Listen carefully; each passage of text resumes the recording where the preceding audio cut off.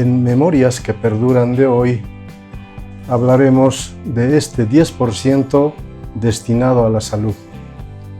Seguramente a ustedes ya les dice algo esta mano y este 10%.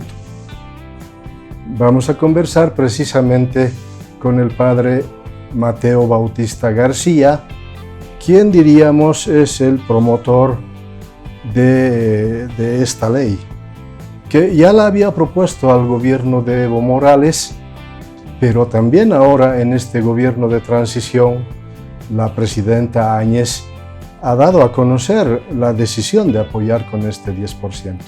Padre Mateo, quiero darle la cordial bienvenida al programa Memorias que Perduran y su saludo inicial a los internautas que van a ver este programa. Un saludo muy cordial y bueno, 10% para la salud de Bolivia, ¿no? Un proyecto de ley que consideramos muy interesante, muy necesario, ¿no? Y que va a dar calidad de vida a nuestra gente. Un proyecto de ley que, como ustedes saben, ya se planteó en el 2015, fue desechado. Por segunda vez en el 2017 fue también desechado. Y ahora ya esperemos que a la tercera sea la vencida. El 27 de noviembre se introdujo de nuevo en la Cámara de Diputados, porque no hay que olvidar que no es un mero incremento del presupuesto para la salud, no, sino todo un proyecto que quiere ser una ley que quede como vinculante para los gobiernos venideros de que en salud se invierta no menos de un 10% y siempre según las necesidades de la población. Padre Mateo, ¿cómo surge esta propuesta? Yo era entonces, desde el año ya 2001, capellán de varios hospitales, capellán del oncológico, imagínense en el oncológico, con 11 muertos de promedio por semana, niños y adultos. Y todos sabemos lo que es el cáncer, de todos tipos. Era capellán también del hospital de niños, un hospital de tercer nivel, que además en Santa Cruz vienen niños, y van niños desde Tarija, El Beni y de otros departamentos. En aquella época, por ejemplo, cada 8 horas moría una mujer de cáncer de cuello uterino.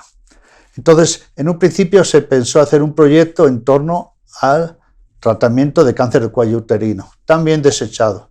Después lo quisimos hacer con el cáncer de cuello de mamas, que es otro problema, también desechado.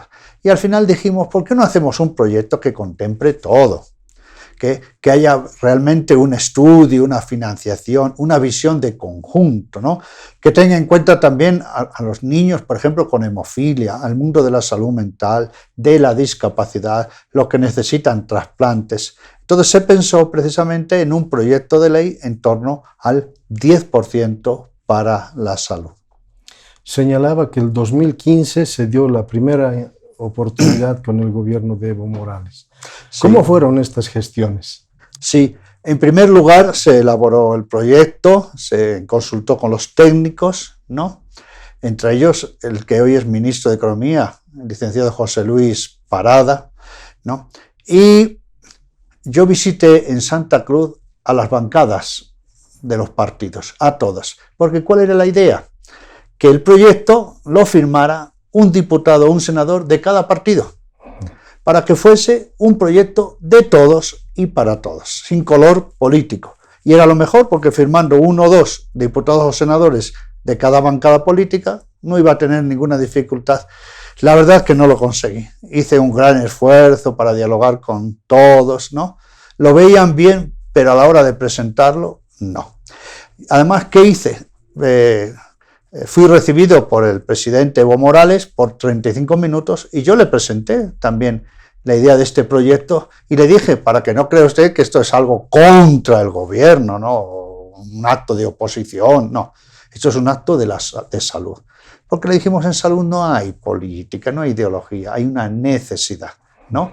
Y se lo planteamos y la verdad que me escuchó con mucha atención.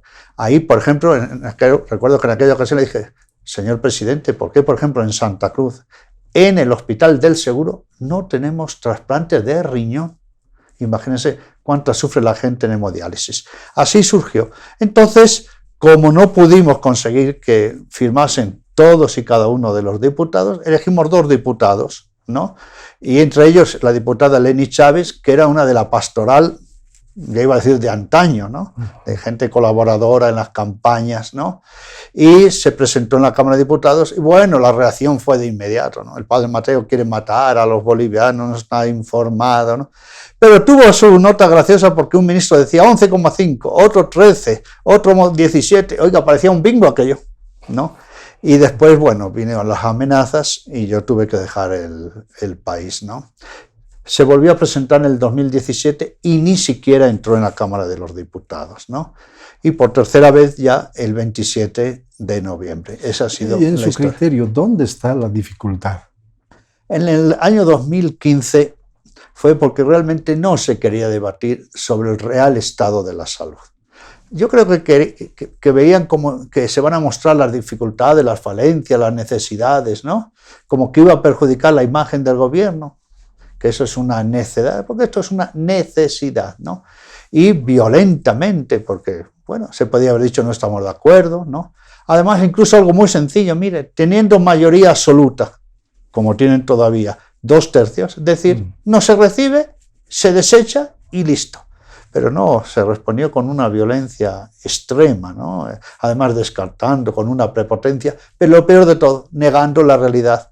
Y el sol no se puede tapar con un dedo, ¿no? Porque solo hay que visitar un hospital, un centro, una posta médica, el mundo rural, un psiquiátrico para saber cuáles son las necesidades de salud de nuestro pueblo boliviano tan sufrido.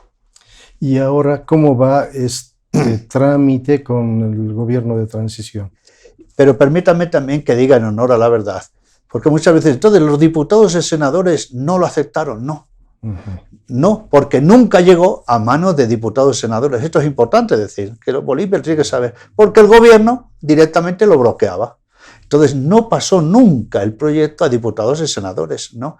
Incluso digo más, me llamaban pidiendo disculpas de cómo me habían tratado, ¿no?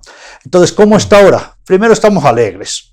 ¿Por qué? Porque la señora presidenta en Tarija dio un gran anuncio y además directamente un 10%. Porque nosotros, pensando incluso la economía o incluso las resistencias a que este proyecto se aprobase, dijimos, apliquemos la ley de la gradualidad. ¿Y qué es? Que en este año un 8%, en el 2021 un 9%, en el 2022 ya un 10% y no bajar nunca menos. Pero vayamos con esta gradualidad porque la crisis económica se siente, ¿no? Pero la señora presidenta, hablando con el ministro de Economía, dijo directamente un 10%, ¿no? Usted sabe que las mujeres siempre sorprenden un poquito, ¿no? Pero fue una noticia extraordinaria. ¿Pero por qué estamos tristes y preocupados? Porque el proyecto está paralizado. ¿Y por qué está paralizado? Porque, como es sabido, desde el momento que un proyecto entra a la Cámara de Diputados, en este caso lo trabaja la Comisión de Salud. Dio el visto bueno, el comité dio el visto bueno, entonces el presidente de la Cámara, como es lógico, en un proyecto de ley, lo mandó al gobierno o al Ejecutivo. ¿Para qué? Para que los ministros correspondientes de presidencia, como este es un asunto de un 10% de economía y de salud, hicieran los informes técnicos legales para decir si el proyecto es viable, si es positivo y para que lo mejorasen. Y ahí es donde nos hemos llevado la sorpresa.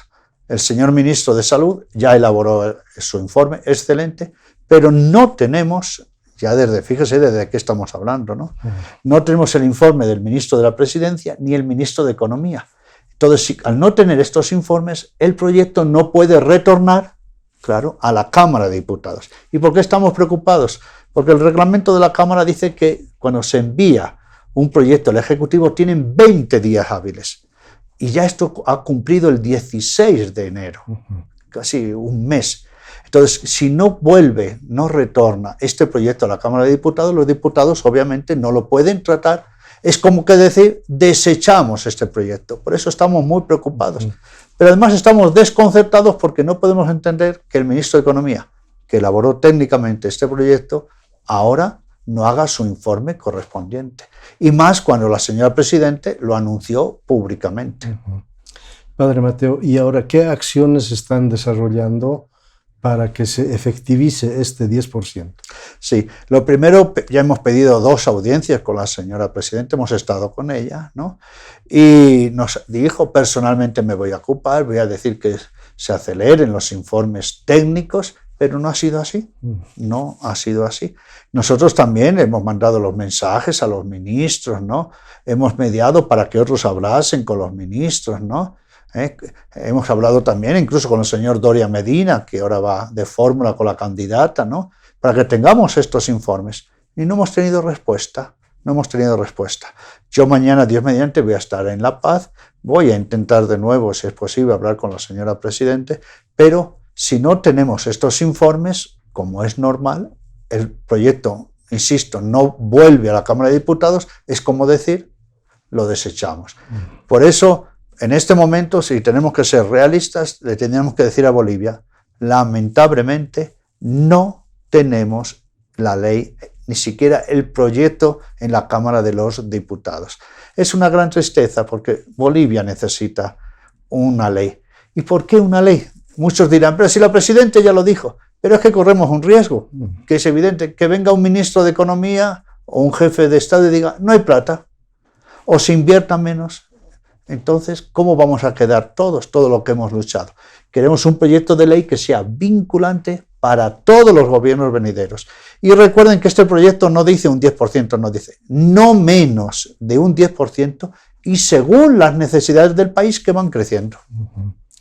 Padre, bueno, y la prensa en esto tiene, creo, que hacer mucho, ¿no le parece a usted? No, por supuesto. Decía que usted está trabajando en el ámbito de la pastoral de la salud. Desde esa perspectiva, ¿cómo ve la salud en el país? Bueno, yo creo que la salud está enferma. La salud está discapacitada. Porque son tantas las necesidades, son tantas, ¿no? Y necesidades primero, por ejemplo, en la educación en salud, en la prevención en salud, en las estructuras de los edificios. Basta entrar en nuestros centros, ¿no? Falta de ítems, falta de especialistas. Y los especialistas no se preparan de un año para otro. Insumos. Por ejemplo, el SUS es una bendición, pero no se puede lanzar un proyecto, algo que es muy bueno, por un tema incluso político, coyuntural, electoral. Tiene que haber consenso. ¿Cómo se puede lanzar algo? Inmediatamente conflicto con los profesionales, con las gobernaciones, ¿no? Además, improvisado. Entonces el 10% es para tener también una racionalidad, un estudio científico, ¿no? Un consenso. Fíjese cuántos conflictos ha tenido Bolivia por el tema de la salud. ¿Y por qué necesitamos también este 10%? Ojo, porque tenemos que decirlo también, hay mucha corrupción en el mundo de la salud, hay muchos sobreprecios, ¿no? Necesitamos también la ley del cáncer, la necesitamos financiar. Necesitamos también los trasplantes de médula ósea. Insisto, el mundo de la salud mental que siempre está marginado. Fíjese cómo están nuestros centros de discapacidad. Entonces necesitamos la ley del 10% y por eso nosotros tenemos que insistir, porque esto es un proyecto no de unos pocos, sino de todos y para todos. ¿Y cuál es el respaldo de la sociedad civil? Todos están de acuerdo. Y tenemos incluso una ventaja. Nosotros hemos hablado con los presidentes de las cámaras, tanto diputados, senadores, y están a favor. Hemos hablado con muchísimos diputados y senadores. Incluso tenemos la convicción de que este proyecto se va a aprobar como ley al 100% por unanimidad. Sí, sí. Creo que va a ser la única ley que en los últimos años se va a aprobar al 100%. ¿Y por qué? ¿Quién está libre de caer enfermo, o su familia, o sus necesidades, ¿no? Fíjese, si el ministro de Economía de hace 5 años decía que teníamos el 11,5, se enfermó, ¿y qué hizo? Se fue a Brasil, pero ¿cuántos pueden hacerlo? Por eso toda la sociedad lo quiere apoyar. Pero también, ojo, el sistema es fuerte. Si no tenemos esta ley y hay un gobierno en el que el jefe de Estado o el ministro de Economía, reitero, dice, no hay plata, estamos en crisis, o dice, seguimos invirtiendo un 6%, ¿qué le espera a la población? Lo va a tener muy difícil. En cambio, si ya tenemos el anuncio de la Presidenta y una ley vinculante, ahí creo que estamos todos más respaldados, porque aquí no hay ningún interés económico. Imagínate qué interés económico voy a tener yo. Además, voy a decirlo, yo tengo mi seguro en España, que gracias a Dios Yo he donado 137 veces sangre, no he tomado una aspirina, ¿no? Pero nuestra orden tiene en el mundo 380 hospitales. Puedo elegir hospital hasta en China, en Vietnam. Yo no tengo ningún interés económico. Es más, hace 5 años que no vivo en Bolivia. Incluso este proyecto me ha costado mucha plata. Pero es muy importante que lo hagamos por la salud de todos y especialmente de los más desprotegidos. A propósito de España, sabemos que usted viene de Salamanca. ¿Hace qué tiempo está en Bolivia? Yo llevo primero en América ya 31 años. Ajá. Estuve 14 años en Argentina, en Buenos Aires, y mi obispo, no sé si le conocen, porque se llama un tal Jorge Mario Bergoglio, el Papa Francisco, ¿no? Y estuve también 14 años aquí en Bolivia, hasta el 2015, que no me fui, me fueron, ¿eh? Y después pasé a un tiempo a Argentina, y después en Roma, en Italia, porque ahí pude hacer mi tesis doctoral. Y yo hice mi tesis doctoral sobre el acompañamiento a los padres tras la muerte de los hijos, la pastoral del duelo. Y ya desde julio del año pasado estoy viviendo en Perú. Pero en América ya he vivido más en América que en Europa. ¿Y qué le trajo a Bolivia? ¿Cuál fue el interés? Bueno, ¿quiere que le diga la verdad? Mire, yo había estudiado muchas lenguas. Ay, ya está, estaba cansado. Y que a mí cuando me dijeron que en Bolivia hay tantas lenguas, ay, yo dije, Señor, mándame a cualquier sitio menos a Bolivia. Y el Señor me escuchó, me mandó a Bolivia. Por eso a veces al Señor hay que decirle lo contrario, ¿no? Pero realmente estuve muy contento, fue una gran labor. Y creo que también despertamos una sensibilidad, ¿no? ¿Sabe? Yo insisto en que este proyecto de ley del 10% es como salir de una visión tercermundista, de una dormilera, incluso de una insensibilidad, ¿no? De que nos dé una cosmovisión, de que digamos que la salud tiene prioridad. Por cierto, este proyecto del 10%, nosotros estamos pidiendo que se declare a la salud como sector estratégico. Entonces, el proyecto de ley 10% nos invita a un diálogo, ¿no? A que realmente consideremos que con salud se estudia, se trabaja, tenemos un pueblo feliz y pacífico. Así fue como se movió toda esta realidad. Si el gobierno aprobara este 10% ya como una estrategia así permanente para todos los gobiernos que pasen por el poder, ¿qué implicaciones tendría para el país? Sí. El gobierno tiene que hacer los informes, pero quien tiene que aprobarlo son las cámaras. Esto es importante, ¿no? Porque, claro, es un proyecto legislativo, ¿no? Y después la señora Presidente, en este caso, tiene que promulgarlo. Nosotros queremos que no solo sea una buena intención de la señora Presidente, porque sea legal y tenga fuerza vinculante. ¿Y por qué? Porque no tenga fuerza no solo legal, sino fuerza moral. Con este 10% como mínimo, y según las necesidades, en primer lugar tenemos que trabajar, a mi entender, el SUS. Porque estamos hablando de dar un servicio a los que no tienen, vamos a decirlo, dónde quedarse muertos. Es lo más básico. Es fundamental este 10% para que se trabaje coordinadamente en los 3 niveles. En las redes. ¿Por qué es muy importante el 10%? Todo el tema del cáncer. Existe una ley, pero la tenemos que reglamentar y financiar. Miren un detalle, en este momento, el SUS no contempla en los cuidados paliativos de adultos ni la morfina. Ustedes saben que la última etapa de la vida, en el tema del dolor, si no se contempla la morfina como un recurso terapéutico, es morir a gritos, ¿no? Entonces, ni siquiera en adultos la morfina. ¿Qué es lo que queremos también que se contemple? Hemos dicho, todas estas realidades, por ejemplo, que ya tengamos los trasplantes de médula ósea. ¿Por qué? Si no, para las personas que tienen leucemia necesitan un trasplante, ¿qué es Bolivia? Un sepulcro. Así de claro. ¿Qué le espera a un niño, a un joven, a un adulto que diga, necesita un trasplante de médula? Señor, yo no puedo reunir de entrada $80,000 y además irme meses enteros. Entonces, eso tiene que ser una prioridad. Después es muy importante el tema de la prevención, de la educación. Y después preparar especialistas. Y miren este detalle. ¿Cuánta gente sale a los países limítrofes por emergencias? ¿Verdad?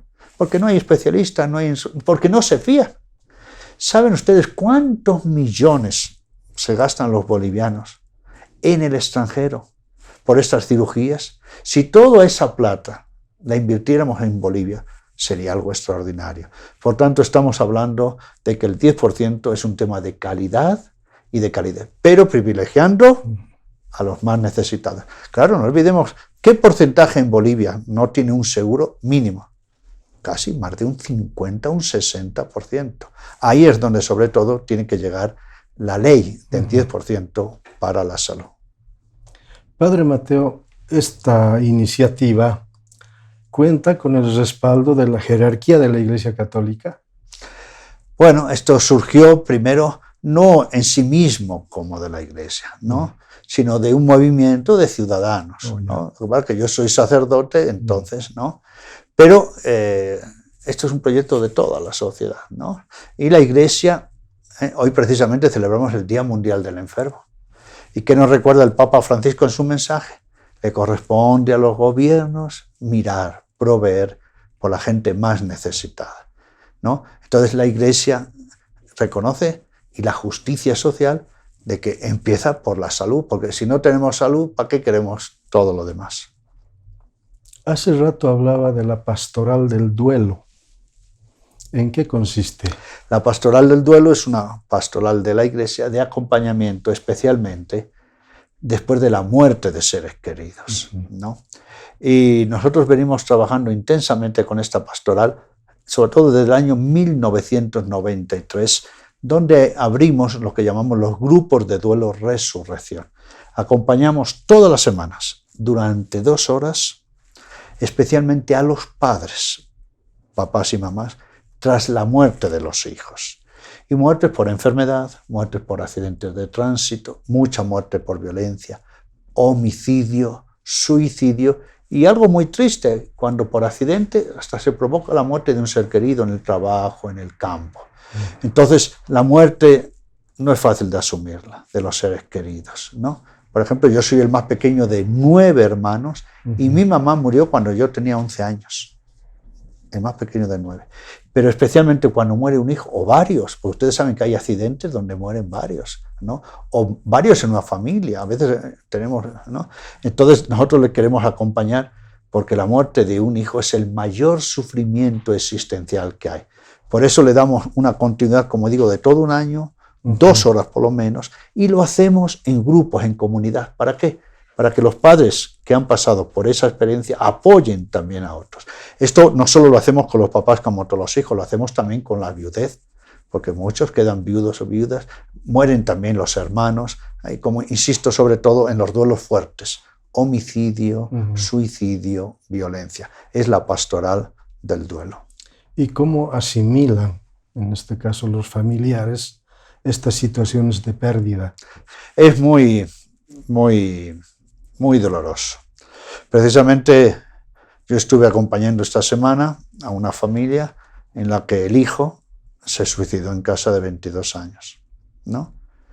Y después la familia pasó por la muerte de otro joven de un tumor de 18 años. Las expectativas, los proyectos, ¿no? Por eso cuando un papá o una mamá dice, por ejemplo, yo me quiero morir con mi hijo, es absolutamente cierto, ¿no? Después de la muerte de un hijo o de un familiar muy cercano, nadie es igual, para bien o para mal, ¿no? El mundo se tambalea, ¿no? Uno dice, ¿y cuál es mi misión? Incluso cuál es el sentido de mi vida. Pero además estos duelos traen también mucho sentimiento de culpa. ¿En qué fallamos? ¿Qué no hicimos? Imagínense, por ejemplo, siguiendo ese tema del duelo con el tema de la salud, un papá y una mamá que diga, pudimos llevarle a mi hijo al extranjero y no lo hicimos. Puede ser una culpa para toda la vida. De culpa, ¿no? Claro. Y sobre todo, hoy hay muchas muertes por violencia, muchas muertes por violencia. Nosotros tenemos que acompañar, fíjese, incluso van a ir a un juicio donde se va a ver hasta el asesino. ¿no? Y eso no es fácil asumirlo. Y lo hacemos no tanto como autoayuda pastoral, sino mutua ayuda. Y de hecho nuestros grupos, quien los termina coordinando son los mismos padres, al cabo de 3 años, que han pasado por esta experiencia, han participado de los grupos, han elaborado su duelo y se han formado. Porque también hay que decirlo, ¿por qué es tan duro? Fíjese que normalmente dice, yo nunca más voy a poder ser feliz, jamás. Y también hay que decirlo, ¿cuántas familias se han roto? Se han chocado, cuántas culpabilidades. La pastoral de duelo es una pastoral muy exquisita, necesita mucha preparación. Y es muy bíblica, porque no olvidemos que el Hijo de Dios, ¿cómo murió? Abandonado, traicionado, crucificado delante de su madre. Así que tenemos ya una pastoral del duelo desde la persona misma de Jesús. Y padre, ¿qué pasos o qué etapas se siguen para lograr ese acompañamiento? Sí, lo primero es esta continuidad, ¿no? Y los primeros días y encuentros es que haya un desahogo. La pena tiene que salir, la pena. La pena tiene que llorar, tiene que ser escuchada, tiene que contar incluso los momentos más tristes, ¿no? Porque muchos hay momentos del accidente, cómo se encontró. Ojo, cuántos mueren también en terapias intensivas durante días de agonía, ¿no? Que salga la pena, escuchar a las personas, permitirles que acompañarles al cementerio, ¿no? Que las personas digan, incluso saquen su bronca, ¿no? Porque también, fíjese, vamos a decirlo con todo realismo, incluso aunque un hijo se suicida, a veces, aunque los padres no lo digan, tienen bronca con el hijo. ¿Por qué nos hiciste eso? ¿Cómo no nos dijiste todo eso? Entonces trabajamos mucho, primero la salud corporal, mucho. Después todo el mundo emocional de los sentimientos. Después vamos trabajando todo el mundo mental. Por ejemplo, nunca más voy a ser feliz, nunca puedo salir de esto, ya no tiene sentido mi vida, ¿no? Ojo, hay papás que descuidan a los otros hijos, ¿no? Como digo, todo el mundo comunitario. Oiga, que no solo sufro yo, que están todos los demás. Los valores. Tenemos gente que incluso se da a las drogas, al alcoholismo. Hay mucha gente que reniega de la fe. Dios me abandonó, nos dejó solos. Entonces trabajamos todos esos procesos semana tras semana. ¿Y por qué queremos que sea comunitario? Porque los que empiezan con un sufrimiento ya ven que los otros papás, mamás, viudos, viudas, hermanos, ya van más serenos, son escuchados y dicen, ánimo, se puede, la vida sigue adelante. Por eso es toda una etapa, tenemos una guía, tenemos muchos libros publicados, incluso tenemos libros publicados con personas que han pasado por esta experiencia. Por ejemplo, hay un libro que está publicado en Bolivia, El duelo de los hermanos. Está escrito por mi propio sobrino, ya que su hermano, mi propio sobrino David, trabajando en un centro de salud, se desplomó, muerte súbita, con 29 años. 2 años después moría su papá de un tumor cerebral. Entonces yo le pedí a mi sobrino que escribiera un libro para ayudar a los hermanos e hijos que pasaban por esta realidad. Mi propio sobrino es coordinador en Madrid de un grupo de duelo. Pero lo importante es mucha escucha, mucha empatía. Y después permitir que salga todo de dentro, los miedos, las broncas, y esa continuidad semana tras semana, y recordando que el mejor homenaje al ser querido que se ha muerto no es que nos muramos con él, es que seamos felices. Por cierto, una palabra, la felicidad, que al principio nadie la quiere ni escuchar. Es todo un camino donde necesitamos mucha delicadeza, mucha empatía, mucha espiritualidad. Y ojo, y también hay que decirlo, muchas personas también entran en una crisis profunda de fe que hay que saber acompañar. Es la pastoral del duelo. Para mí es la pastoral que más me ha enseñado, incluso que me ha dado más satisfacción, ¿no? Porque si hay un momento donde se retuerce el alma humana, eso yo lo digo, es sobre todo cuando se muere un hijo. O varios, ¿no? Porque realmente es un sufrimiento existencial, ¿no? Y hay que decirlo también, un sufrimiento incluso de por vida, porque ha muerto la sangre de la propia sangre, la carne de la propia sangre, incluso, hay que decirlo también, el futuro de muchos padres, la razón de vivir. Padre, pero también usted ha escrito un libro, El deseo de la esperanza, ¿sí se titula? Sí, bueno, yo he escrito 62 libros. Claro, Bueno. claro, es que yo no tengo una mujer que me rasque la espalda de noche. Y estos son libros, porque como tenemos muchos grupos, ¿no? Muchos grupos, es también para preparar a los agentes de pastoral. Escribo con un psiquiatra también el tema de salud mental que nos preocupa mucho, ¿no? Por ejemplo, del duelo de estos temas que estamos tratando, tenemos 13 libros. 13 libros. Incluso tenemos el duelo por los nietos, porque hoy también, como ya ha crecido la edad de vida, muchos abuelos ven morir a los nietos, que es un duelo también doble, porque es la muerte del hijo del propio hijo, ¿no? Entonces, estos libros son de gran ayuda para mucha gente y sobre todo con un contenido muy humano y muy pastoral. En el caso boliviano, ¿también se está trabajando en esto de Sí. acompañamiento? Nosotros ya hace muchos años que tenemos los grupos de duelo y ahora queremos intensificar lo mismo, pero en salud mental, para tratar el tema de fobias, trastornos de pánico, mucho el alcoholismo, la violencia, que está muy unido con el tema de salud mental, ¿no? Los trastornos bipolares, la agresividad, porque eso también es un duelo. Y trabajamos también mucho el duelo del perdón, porque a veces cuesta mucho perdonar, no es fácil, y eso trae incluso mucho sufrimiento. Y a quien más nos cuesta perdonar es a los de la propia sangre. Así que son libros nacidos de la vida para que tengamos también mejor calidad de vida. Este año, Dios mediante, yo voy a celebrar ya el 1.000.000 de libros publicados, porque son 62 títulos. Millón. Pero en varios países y en 30 años, claro. Sí. Además, como me tuve que ir del país, me tenía que dedicar a algo, ¿no? Y a propósito, ¿por qué se fue del país? ¿Lo echaron? No me fui, me fueron. Eso fue en el gobierno de Evo Morales. En el 2015, sí, además recibí amenazas. Ha tenido que ser precisamente por este 10%. Sí. Pero mire cómo Dios hace las cosas. Yo ya había hecho la licenciatura en teología moral, en teología espiritual, ¿no? Y cuando fui pude hacer el doctorado, precisamente en la pastoral de duelo acompañamiento.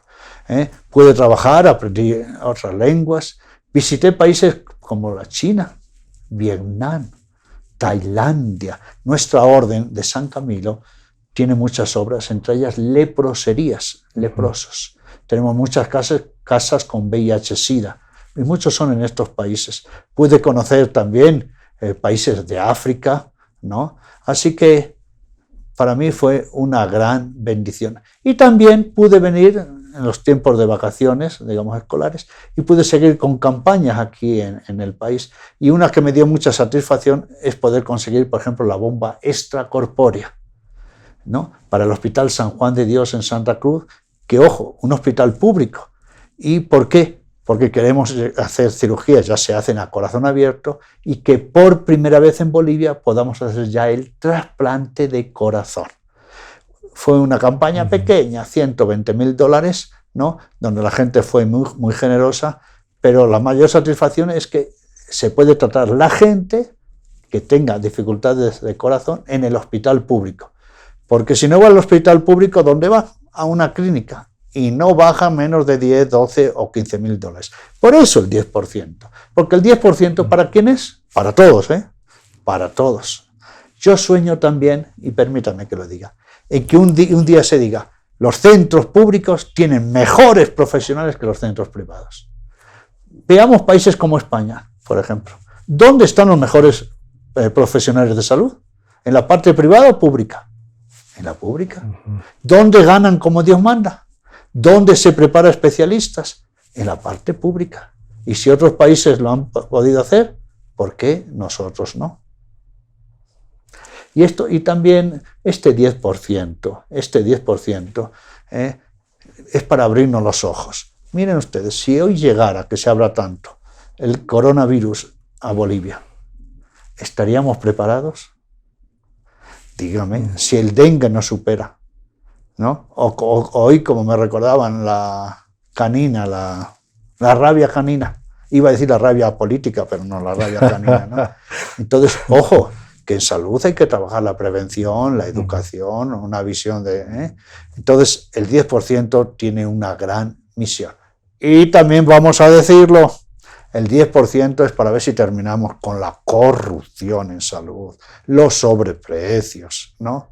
Oiga, que se compran aparatos o se construyen edificios. Esto es muy importante también, porque si toda esa corrupción se aplica realmente a la salud, con ese, mire, si combatiéramos en Bolivia, y lo digo siguiendo el Perú, el otro día me llamó muchísimo la atención, dice, si en el Perú se combatiera la corrupción, tendríamos el 12% del presupuesto disponible, por ejemplo, para la salud.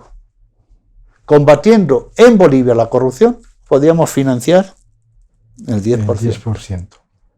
Comparativamente con los países que hace rato han mencionado, ¿cómo está la salud en Bolivia? Bueno, Bolivia, ustedes saben, y tenemos las estadísticas, que estamos al mismo nivel de Haití. Es decir, en el número último de América del Sur. Si vemos, por ejemplo, habitantes por cama, habitantes por especialistas, hospitales de tercer nivel en los departamentos, ¿no? Situaciones como, por ejemplo, esta de trasplantes de médula ósea, que no se hace trasplantes de corazón. Estamos en el último nivel en América Latina. Y ha sido una pena, porque hemos tenido tantas posibilidades en estos 14 años que si se hubiesen recuperado, ¿no? Por eso el 10% ahora, históricamente yo lo veo, para salir de una visión tercermundista, ¿no? Y subirnos al carro realmente del progreso en el mundo de la salud. Padre, revisando su currículum, encontré que el periódico El Deber, el año 2011, le otorgó un reconocimiento como personaje notable. ¿Cómo recibió ese reconocimiento? Sí, fue el premio Patujú, pero después me lo volvieron a dar en el 15, que solo lo dan una vez. Así que yo le dije, oiga, ustedes no tienen memoria, ya me lo han dado hace unos años, ¿no? Pero insistieron, y era en ese momento delicado, ¿no? En ese momento delicado, ¿no? Y insistieron porque dijeron que el 10% marcaba un hito.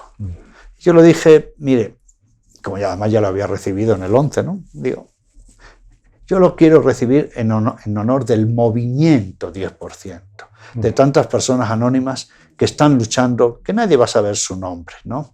Y también vamos a decirlo, yo quería que no se supiera, porque eran momentos delicados, incluso de represión y de amenazas, ¿no? Así que me dieron un premio que lo voy a denunciar, porque ni me consultaron, ¿no? Y cuando yo me enteré ya estaba anunciado en el periódico, así que iba a poder hacer. Pero fue realmente un gran honor. El periódico El Deber nos ha apoyado en todas las campañas. Esta campaña está prácticamente en marcha. ¿Qué recomendaciones haría Padre Mateo para que este 10% de una vez se efectivice? Usted lo ha dicho de una vez, de una santa vez, porque ya son varios años, ¿no? Por cierto, en la historia de Bolivia, el 10% ya lo planteó el Colegio Médico en el año 1984. Han pasado, ¿sí? En el año 1900, porque siempre la ilusión era poder llegar a los 2 dígitos, claro, como un mínimo de un 10%. ¿Qué es lo que ahora falta? Lo que hemos dicho antes, que estos informes técnicos del ministro de Economía y de Presidencia, ya tenemos el de Salud, sean enviados a la Cámara de Diputados, porque sin eso estamos paralizados, ¿verdad? Y una vez que llegue a la Cámara de Diputados y Senadores, que se debata, ¿no? El proyecto, como es tan sencillito, que se añada que sea un sector estratégico y que sea rápidamente aprobado, porque no tiene ningún misterio, y promulgado, en este caso, por la Presidenta. Que no se demore. Porque también, quiero decirlo con toda franqueza, yo dudo que si no se vota ahora y se apruebe ahora, tal vez no tengamos, con mucha dificultad en los próximos gobiernos, la ley 10% para la salud. Así que, señor ministro Parada, no siga parando. Queremos su informe del 10% para la salud. No se olvide que usted elaboró técnicamente este proyecto y lo que estamos pidiendo es un tema de justicia social, ¿no? Que tengamos estos informes y que se debata en la Cámara de los Diputados. Y me corresponde, creo, a mi persona recordar a diputados y senadores que, por favor, no volvamos al pasado. No saquemos los trapitos sucios. Miremos el futuro. Y que en esto no se haga ideología. Que esto sea un proyecto de todos y para todos los bolivianos. Padre Mateo, quiero agradecerle por haber aceptado esta entrevista y su despedida a los internautas que ven este programa. Muchas gracias por este contacto. Gracias a todos ustedes, al pueblo boliviano, porque realmente este proyecto de ley ha sido aceptado, valorado, ¿no? Y fíjese, más de 100.000 personas firmaron en los libros notariados, ¿no?